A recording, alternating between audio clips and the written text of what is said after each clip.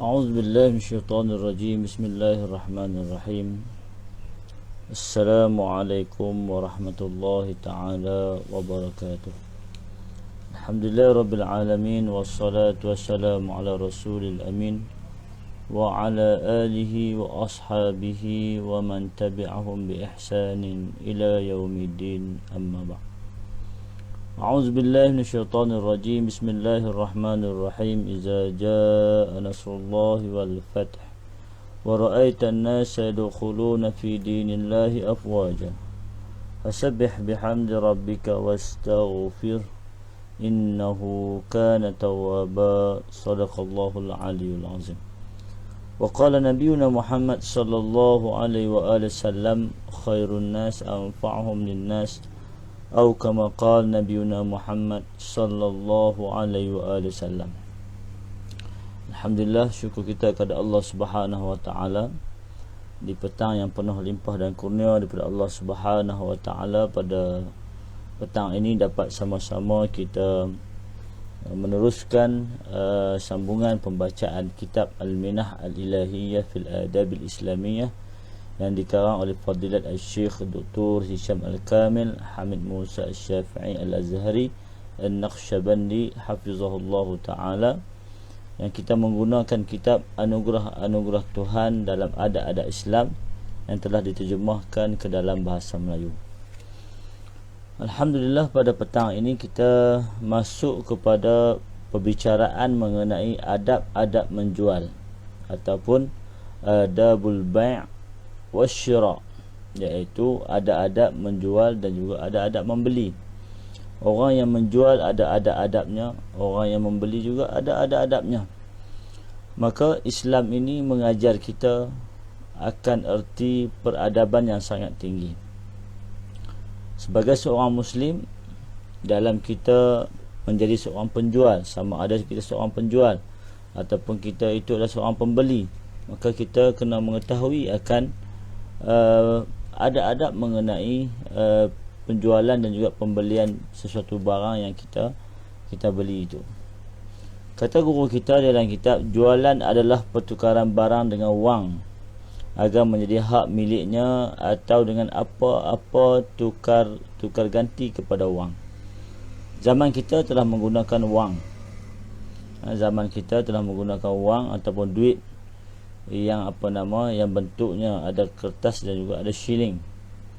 Pada zaman dahulu, orang menukarkan barangan yang hendak dibeli dengan barangan.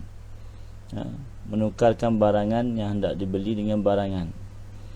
Kita memerlukan beras, tapi kita ada gula, maka ditukar beras dengan gula, maka pemilikan kita daripada kita mempunyai gula, tapi apabila kita buat tukaran tersebut, kita mempunyai beras juga. Jadi Alhamdulillah, pada zaman kita ini zaman yang semakin canggih dan zaman semakin mudah. Bahkan cara pembelian kita pun berbeza. Dulu kita nak beli apa-apa, kita akan pergi ke kedai, kita akan memasuki kedai, kita akan pergi ke pasar-pasar dan juga sebagainya. Tapi sekarang telah ada setiap barang yang kita nak beli, kita boleh beli daripada rumah, ataupun kita sebutkan sebagai sistem online. Yang kita beli, hari ni kita ada Food Panda, hari ni kita ada Grab Food, hari ni kita ada macam-macam jenis kurier yang akan hantarkan barangan pesanan kita ataupun pembelian barang kita daripada kedai-kedai yang kita beli secara online. Jadi penjualan barangan itu akan lebih luas. Masa ke depan kita tak tahu lagi. Zaman kita pun kita dah lihat bahawasanya dari segi sudut jual barangan, belian barangan itu adalah sangat luas sekali. Namun Islam menetapkan sejauh mana pun kita, secanggih mana pun kita, sehebat mana pun kita dalam bab jual beli ini mestilah menurut akan syarak yang telah ditetapkan oleh Allah Subhanahu wa taala.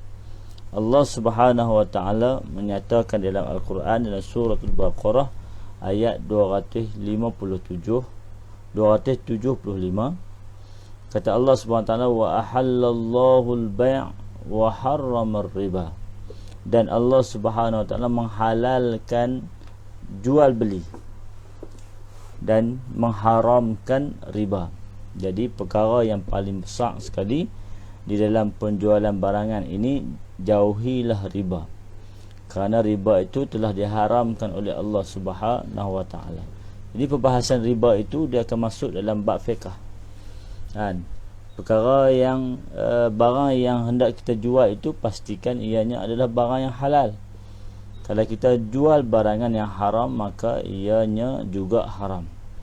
Maksudnya segi umum ayat itu mengatakan wa ahallallahu al-bai', dan Allah Subhanahu Wa Taala menghalalkan jual beli ataupun jualan ataupun penjualan. Maka orang yang hendak menjual sesuatu barang, dia ada syarat-syaratnya. Antara syarat-syaratnya adalah barang itu adalah barang pemilikannya, ataupun barang yang telah disepakati daripada pemborong, yang mana kita ambil daripada mereka, kemudian kita jual, kemudian kita bayar kepada orang yang kita ambil barang tersebut. Jadi mestilah ia mempunyai syarat-syarat yang tertentu. Sebab itu Sayyidina Umar Al-Khattab mengatakan haram bagi seseorang peniaga yang hendak berniaga tetapi tidak memahami fiqh perniagaan. Jadi bagi kita orang Islam, sebaiknya kita belajar fiqh perniagaan atau fiqh perniagaan, sehingga kan kita memahami apakah yang dikatakan haram, apakah yang dikatakan halal, dan juga apakah yang dikatakan makruh dan juga sebagainya. Apakah jenis penjualan yang tidak dibolehkan, apakah jenis jualan yang dibolehkan. Jangan sehinggakan kita hendak mencari rezeki, hendak mencari nafkah, tetapi kita mengambil daripada sumber yang haram. Sebagai contoh, kita hari ini banyak kita bekerja di supermarket. Kadang-kadang pemilikan supermarket tersebut bukanlah pemilikan orang Islam. Maka kadang-kadang ada setengah supermarket itu menjual barangan yang diharamkan oleh Allah Subhanahu Wa Taala. Sebagai contoh, arak. Arak ini kesannya sangat besar bagi orang yang membawa arak, bagi orang yang mengangkat arak, bagi orang yang menjual arak. Walaupun dia tak minum, tapi dia juga telah termasuk dalam golongan yang menyebabkan Allah Subhanahu Wa Taala murkai. Sebab itu kita kata dalam bab perniagaan ini, kita kena pastikan barangan yang kita jual itu adalah barangan yang dihalalkan oleh Allah Subhanahu Wa Taala, bukan barangan yang haram. Ada orang yang dia menjual, tapi dia jual barangan curi. Dia curi motor, kemudian dia pecah-pecahkan motor tersebut, ataupun dia relaikan, buka semua skru-skru, kemudian dia jual satu persatu. Seat mirror dia jual lain, carburetor dia jual lain, kemudian tayar dia jual lain. Dia jual asing-asing.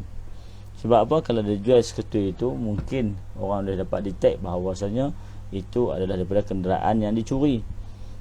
Tapi dia berniaga, siap berniaga online lagi. Memang dia akan dapat duit daripada perniagaan dia, tapi perniagaan itu daripada sumber yang haram, maka kewangan yang dia perolehi itu adalah daripada yang haram. Begitu juga dalam perniagaan ini banyak berlaku dalam masyarakat kita adalah riswah. Memberikan riswah. Kita nak satu projek, kemudian okey, hang bagi aku projek ni 50%, 20% ataupun 25% aku bagi kat hang. Projek harga 1 juta, 2,500 ambil kat hang. Tapi projek ni hang bagi kat aku. Sebagai contoh, maka itu riswah. Hang bagi projek ni, aku bagi handset iPhone yang paling baru sekali kat hang. Ataupun aku bagi kat hang ni hadiah. Dia umpamakan hadiah, tetapi yang diniatkan dalam hatinya adalah untuk mendapatkan satu projek tersebut. Jadi itu adalah perkara-perkara yang kita kata kadang-kadang nampak macam yang biasa berlaku dalam masyarakat kita, tapi ianya haram di sisi Allah Subhanahu Wa Taala. Maka perniagaan kita itu perniagaan yang haram, sehingga kan kita memakan daripada harta yang haram. Sebab tu Allah Subhanahu Wa Taala sebut dalam surah An-Nisa ayat 29, kata Allah Subhanahu Wa Taala, a'udzubillahi minasyaitonirrajim, يا أيها الذين آمنوا لا تأكلوا أموالكم بينكم بالباطل إلا أن تكون تجارة عن تراض منكم. Kata Allah Subhanahu wa taala, wahai orang-orang yang beriman, janganlah kamu makan daripada harta-harta kamu dengan antara kalian dengan kebatilan. Jadi Allah Subhanahu wa taala larang dah, jangan kita makan harta yang batil, iaitu harta daripada sumber yang tidak benar ataupun daripada sumber yang haram. Illa an takuna tijaratan, kecuali lah ianya adalah berlaku perniagaan antara minkum, yang telah diredai di antara kalian.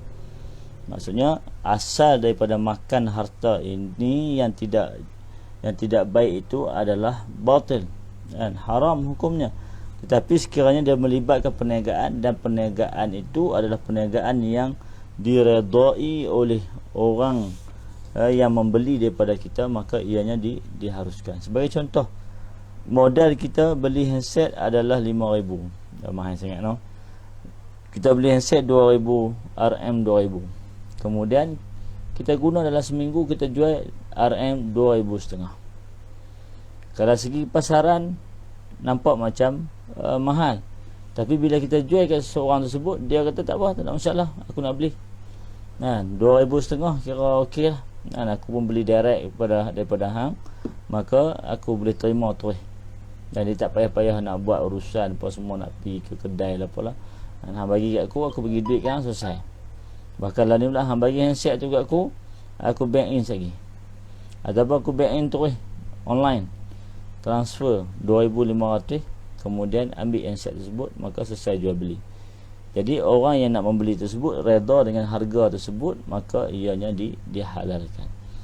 Tapi sekiranya kita menipu, kan, kita beli 2,000, tetapi kita kata aku beli ni pun dah 2,500, kan, jadi aku jual kat hang 2,400 lah, aku baru guna sebulan, kan. Padahal dia beli harga 2,000, dia untung apa? Dia untung 400 dekat situ. Tapi kawan yang beli tersebut dengar kata, oh hang beli 2,500, nak jual dekat aku 2,400, maka hang less kurang 100 lah. Sebab apa kurang 100 tu? Sebab dah guna sebulan. Maka kawan kata, kalau aku nak pergi beli kat kedai pun, law pun dah naik harga ni, boleh di 2,600, boleh di 2,700, tapi dah hang pun dah jual harga 2,400, baru guna sebulan, yang tak ada rosak apa lagi, aku beli. Tapi hakikat orang yang nak jual tersebut, dia telah tipu. Rupa-rupanya dia beli harga asalnya adalah 2,000, tapi dia hanya kata dia beli 2,500 sebab dia nak jual 2,400. Maka ketika tersebut dia telah melakukan perkara yang haram. Jadi penjualan dia itu adalah sah jualannya, tapi orang yang menjual tersebut dia kena tanggung dosa sebagai orang yang menipu. Jadi kalau dia bertaubat, dia kena bertaubat, kemudian kembalikan hak kepada pembeli tersebut, sebab pembeli tersebut telah ditipu. Perniagaan itu adalah perniagaan yang dalam bentuk penipuan. Maka kalaulah si penjual tersebut dia dia bertaubat daripada menyesal akan perbuatan dia, maka dia kena jumpa balik orang yang ditipu itu, kemudian dia memohon kemaafan, kemudian memberikan balik hak yang sepatutnya diterima oleh pembeli tersebut. Jadi sebagai orang yang terlibat dalam perniagaan, sangat kena berhati-hati. Kerana apa? Sangat mudah untuk terjerumus di dalam lembah dosa. Sangat mudah terjerumus ke dalam perkara yang haram. Orang yang pakai kepiah atas kepala pun kadang-kadang bila main dengan duit ni, dia pun jadi kelabu mata. Jadi itu adalah perkara yang ada dalam naluri setiap manusia. Jadi apabila Islam mengajar kepada kita erti sebenarnya dalam kehidupan itu, dalam apa jua kita lakukan, maka kita akan amanah. Bahkan kita katakan bergembira orang yang berniaga ini, kerana berniaga ini adalah min sunnatin Nabi sallallahu alaihi wasallam. Perniagaan ini adalah di antara sunnah Nabi sallallahu alaihi wasallam. Nabi pernah berniaga ketika mana sebelum berkahwin dengan Sayyidah Khadijah radhiyallahu anha, Nabi berniaga. Kemudian kata guru kita, jualan juga merupakan suatu bentuk kehidupan dan kerjasama sesama manusia. Jadi setiap manusia ini memerlukan sesuatu daripada orang lain. Hari ni kita tengok dalam kehidupan kita, dalam rumah kita. Kalau kita nak makan, adakah ikan yang kita nak makan itu kita pergi tangkap sendiri? Boleh jadi kita nelayan, ya. Tapi kalau dia nelayan, adakah beras yang dia nak makan dia akan tanam sendiri? Dia akan beli beras. Orang yang melakukan kerja yang lain selain daripada mencari bahan-bahan mentah dalam makanan, sebagai contoh dia pegawai bank. Celah mana dia nak jual dia nak tangkap ikan, kemudian dia nak tanam beras, kemudian dia nak tanam padi sampai jadi beras, kemudian dia tanam sayur sendiri sampai boleh tuai untuk makan, nak goreng sayur. Jadi semua itu adalah perkara yang sedikit kita sangat memerlukan daripada orang lain. Iaitu kita kena, tak dapat tidak kita akan membeli barang. Mana-mana manusia pun dalam dunia ini akan membeli barang kerana keperluan kita itu bukan semua kita boleh sediakan sendiri. Rumah kita, kita akan beli barang. Siapa yang boleh buat cermin tingkap sendiri? Siapa yang boleh pergi tebang kayu daripada hutan, kemudian dia potong satu-satu untuk dijadikan papan-papan supaya untuk dibinakan rumah? Zaman dahulu mungkin, tapi zaman sekarang, kalau kita melakukan perkara tersebut, boleh jadi perkara lain kita tak boleh buat. Seperti mana kita nakkan bata, untuk kita nak ikat bata supaya jadi dinding rumah kita, dan juga sebagainya, memerlukan kepada pembelian. Jadi secara dasarnya setiap manusia itu dia akan terlibat di dalam dunia pembelian barang-barangan. Jadi Nabi SAW adalah contoh tauladan yang sangat terbaik di dalam alam perniagaan. Sehingga kan Nabi digelar Al-Amin. Nabi digelar Al-Amin kerana apa? Kerana amanahnya, jujurnya bagi Nabi SAW dalam perniagaan. Kata guru kita, maka kita perlu menitik beratkan beberapa perkara. Jadi di dalam adab jual beli ini ada perkara-perkara yang perlu dititik beratkan. Kata guru kita, yang pertama, barang tersebut mestilah halal. Barang jualan itu mestilah halal. Jadi bukanlah kita jual barang yang haram. Barang yang haram ni banyaklah. Arak, kemudian daging khinzir, kemudian binatang-binatang yang tidak disembelih, kemudian benda-benda yang melibatkan kepada perkara yang haram. Jadi benda yang haram, maka kalau kita jual, hukumnya juga adalah haram. Tidak dibenarkan di dalam Islam. Barang itu sendiri pun dah haram, apatah lagi kita nak jual pula barang tersebut, maka itu adalah satu benda yang tidak dibolehkan di dalam Islam. Yang kedua, bersifat jujur. Sabda Nabi SAW, at-tajirus saduqu al-aminu ma'an nabiyyina was-siddiqina wasyuhada. Kata Nabi SAW,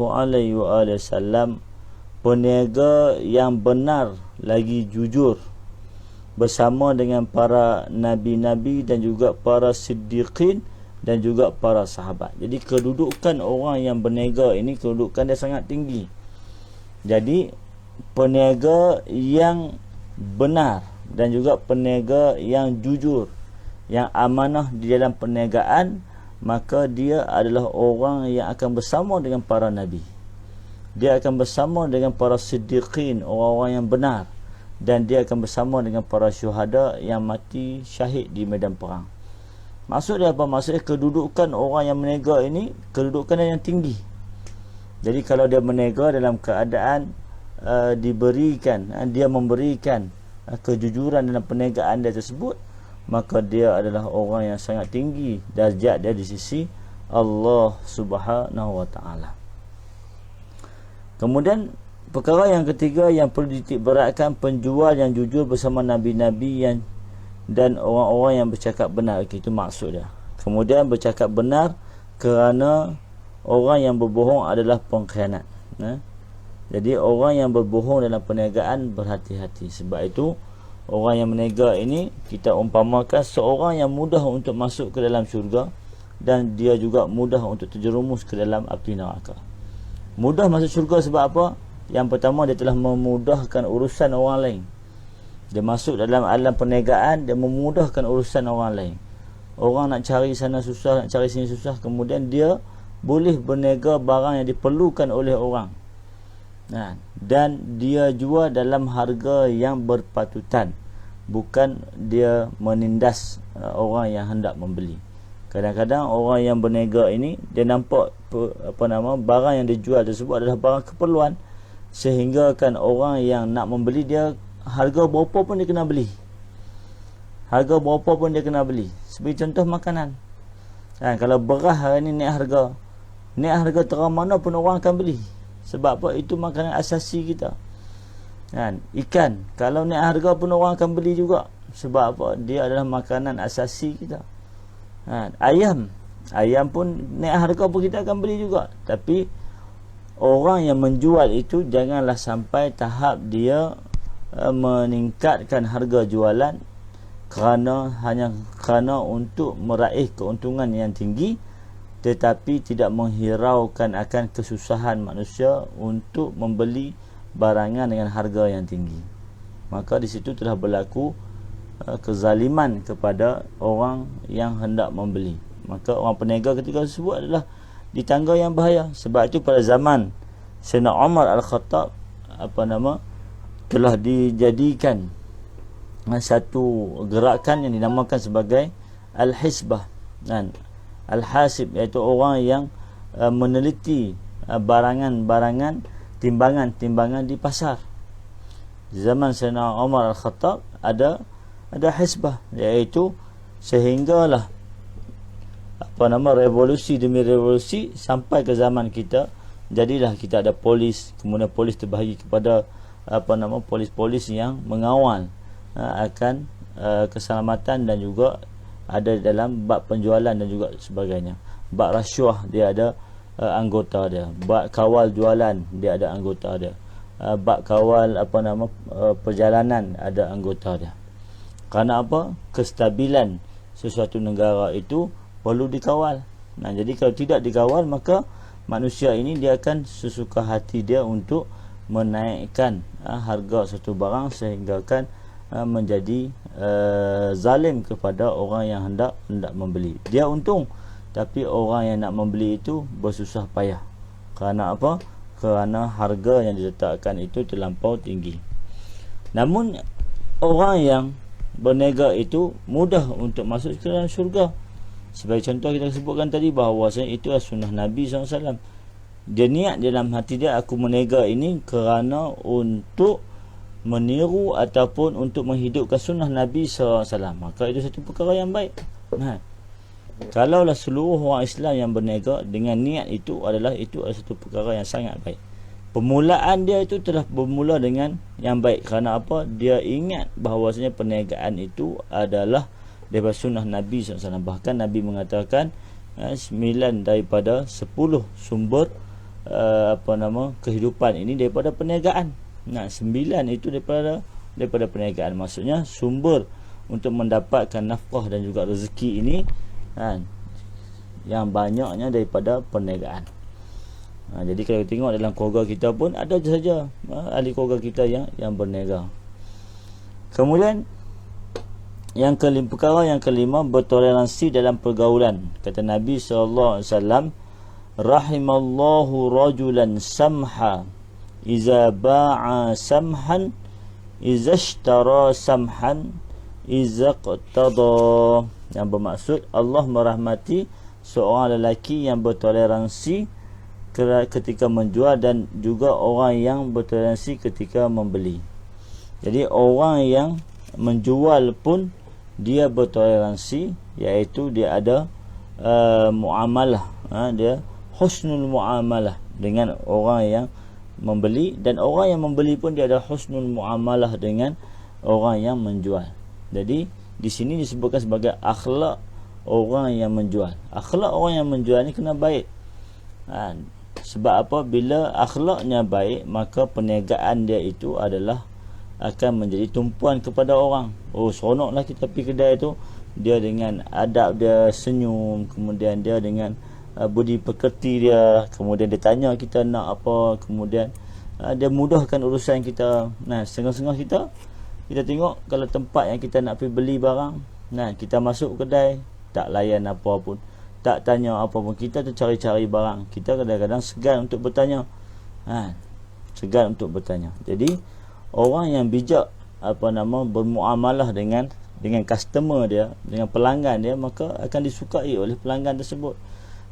Pembeli dia akan suka membeli daripada orang yang husnul muamalah, yang muamalahnya baik, akhlaknya baik, dan dia juga tidak tidak melakukan perkara-perkara yang tidak elok dalam penjualan dia. Semua dia jual dalam kadar yang berpatutan. Maka itu adalah perkara yang baik dalam perniagaan. Bagi contoh, orang yang buka kedai makan, dan hari ni semua orang nak makan di kedai, kebanyakan orang makan di kedai. Sebab apa? Mudah. Kerja kita banyak, kemudian tak sempat kita nak membeli barang untuk masak dan juga sebagainya. Suami isteri bekerja, semua kita mudah untuk makan di kedai. Orang di kedai pun seronok apabila mai pagi pun penuh orang makan, petang pun, tengah hari pun penuh orang makan, malam pun penuh orang makan. Tapi sekiranya kita tidak mengawal harga makanan kita itu, boleh jadi orang akan tinggalkan kedai kita. Kedai ni mahal sungguh, sebagai contoh. Jadi bila orang kenal sekali, orang tak mai dah.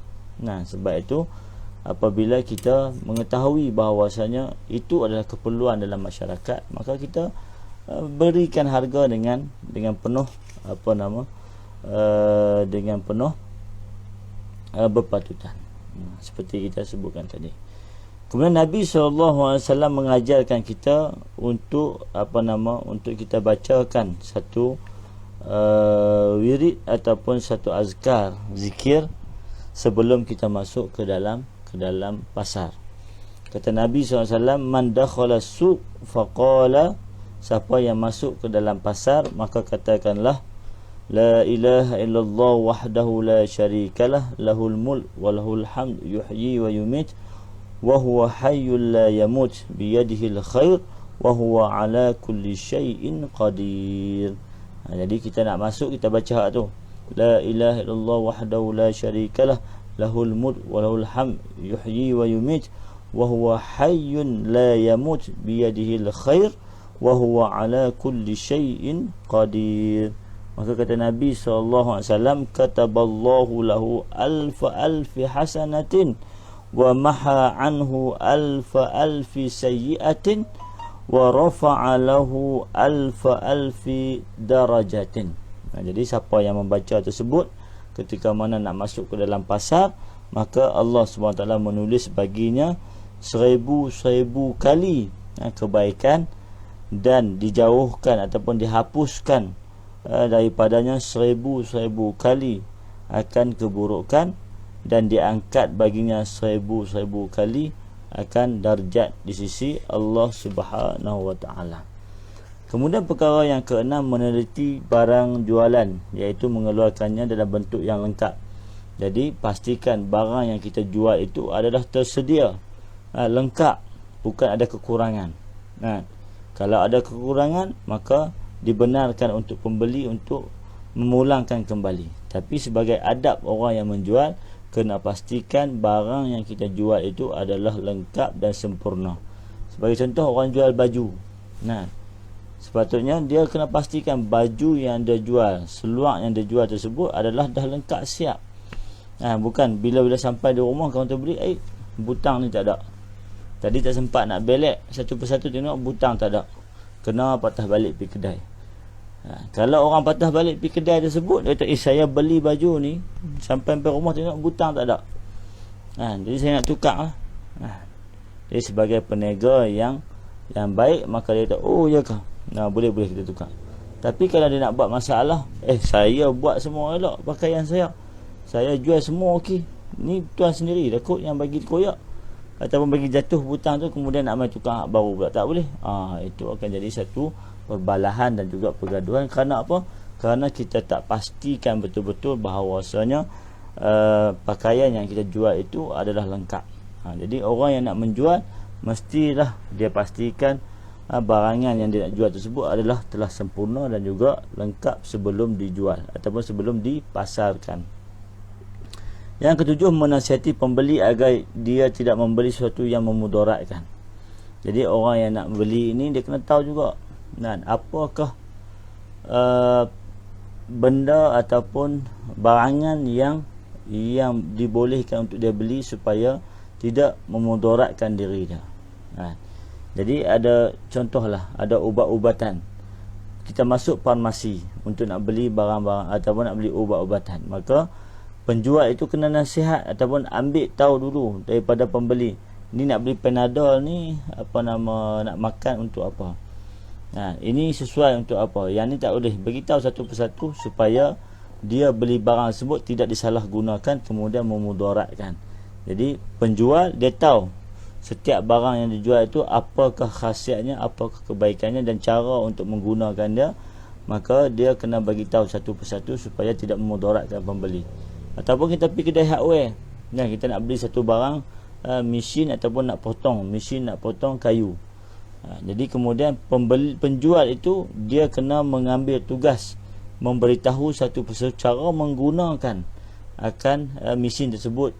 Dibimbangi orang yang baru beli, dia baru nak guna, dia tak tahu, dia tekan switch, kemudian dia pergi letak mana-mana tempat yang tidak sesuai, kemudian memudaratkan diri dia, na'udzubillah min zalik.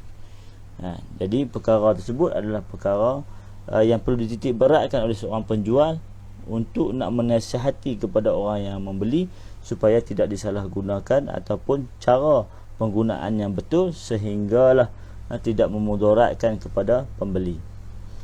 Kemudian yang ke-8, elakkan menipu dan mengurangkan timbangan. Jadi orang yang menjual ini tak boleh menipu lah. Kata Nabi SAW, man ghasyana falaysa minna.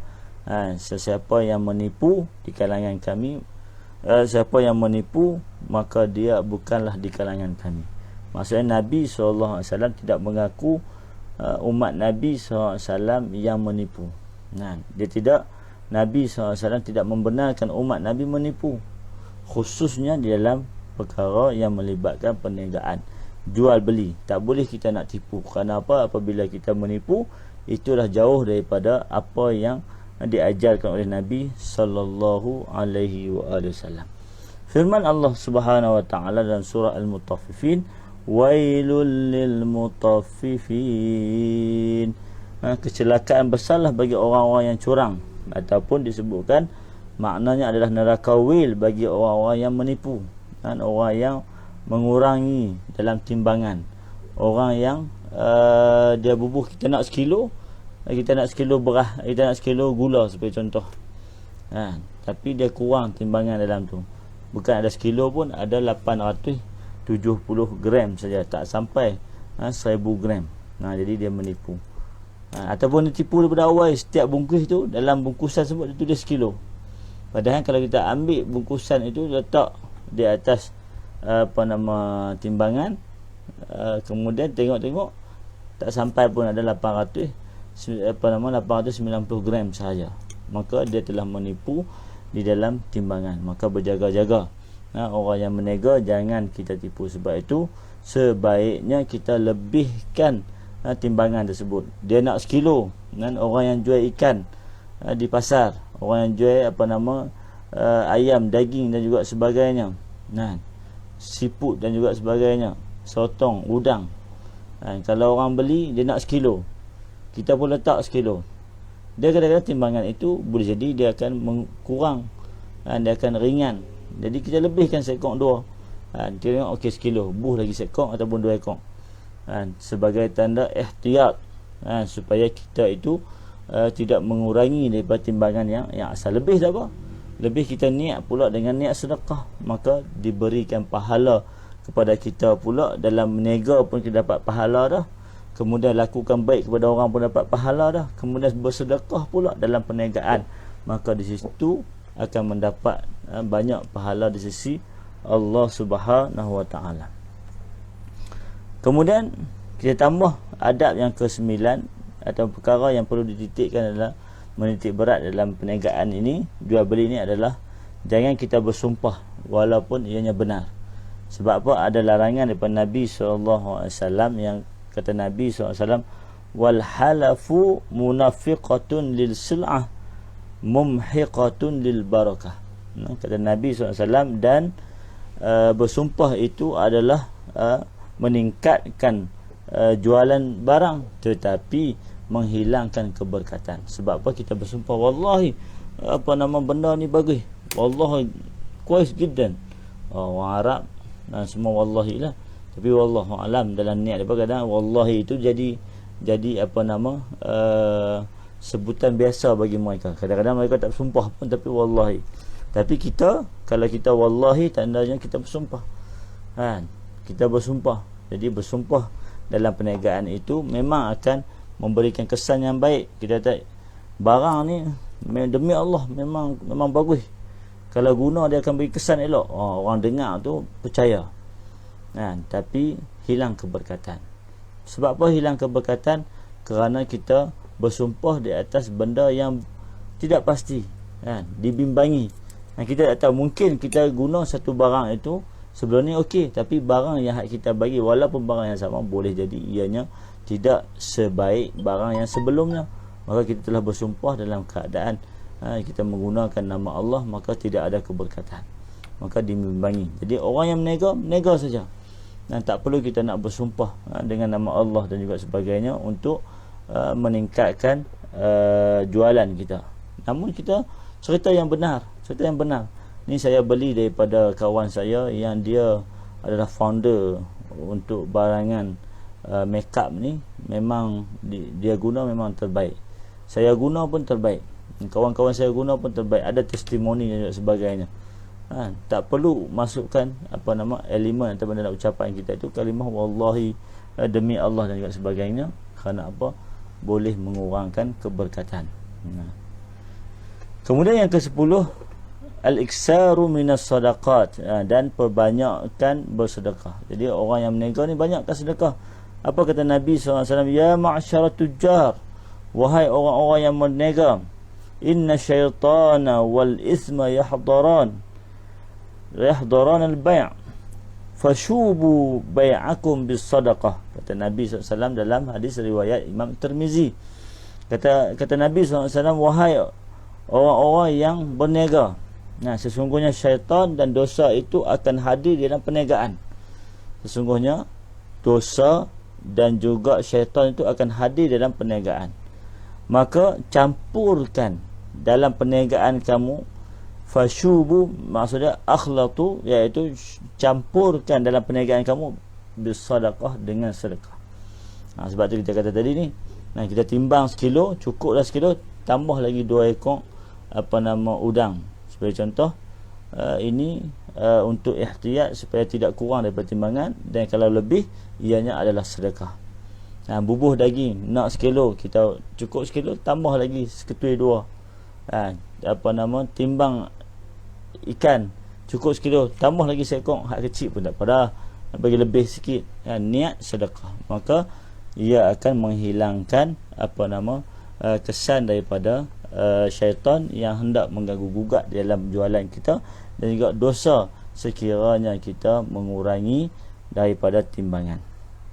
Kemudian yang ke-11 yang perlu dititik beratkan oleh perniagaan, orang berniaga adalah al-kitabah wa ishad, iaitu kena tulis, kena catat. Khususnya orang yang berhutang, sebab ia ada dalam firman Allah Subhanahu wa taala surah Al-Baqarah ayat 282.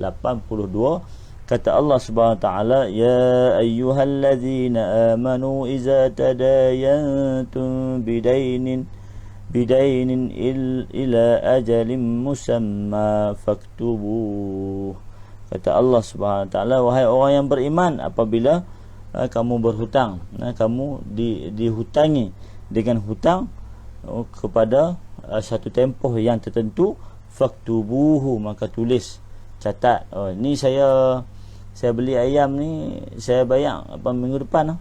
Kita pun tulis, Pak Long ni nama sekian, tarikh hari ni sekian, harga dia beli berapa sekian, dan tulis dia janji nak bayar minggu depan. Okey, selesai. Jadi sampai tempoh kita berhak untuk telefon dia, Pak Long, hari tu Pak Long beli ayam seekor, kata nak nak bayar hari ni dah seminggu dah ni, kan? Boleh kot main bayar. Kalau Pak Long tak larat nak main, saya pergi rumah, pergi ambil duit kat rumah, tak apa. Sebagai contoh, maksudnya apa? Bila kita bercatat tersebut, dia adalah satu perkara yang baik untuk perniagaan kita. Jadi sekarang ni dalam sistem perniagaan kita ni macam-macam. Kita ada sistem boleh catat, ada sistem boleh key in data masuk, duit masuk, duit keluar dan sebagainya. Maka itu adalah telah menjadi kemudahan bagi zaman kita pada hari ini. Maka kemudahan-kemudahan itu telah disebutkan oleh Nabi SAW supaya kita lakukan.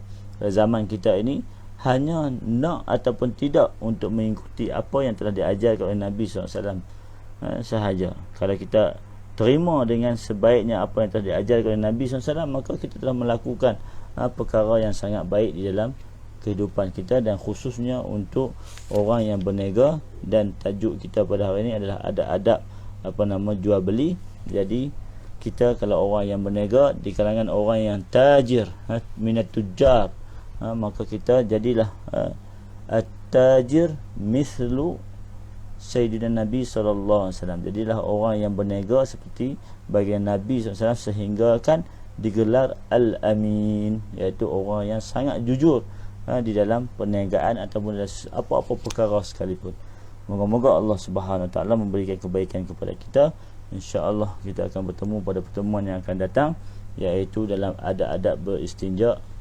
Pertemuan yang akan datang kita akan masuk mengenai adab-adab istinja, kemudian adab-adab wudu, kemudian kita masuk adab-adab mandi, kemudian kita akan masuk adab-adab masjid, kita masuk adab azan. Ini dalam bab ibadah. Moga-moga Allah SWT memberikan kebaikan kepada kita untuk meneruskan pembacaan kitab ini sehinggalah tamat. Aqulu qawli hadza astaghfirullah li wa lakum wa lisa'il muslimin wal muslimat wal mu'minin wal mu'minat birahmatika ya arhamar rahimin. Allahumma faqihna fid din wa 'allimna ta'wil wa hdina ila siratikal mustaqim.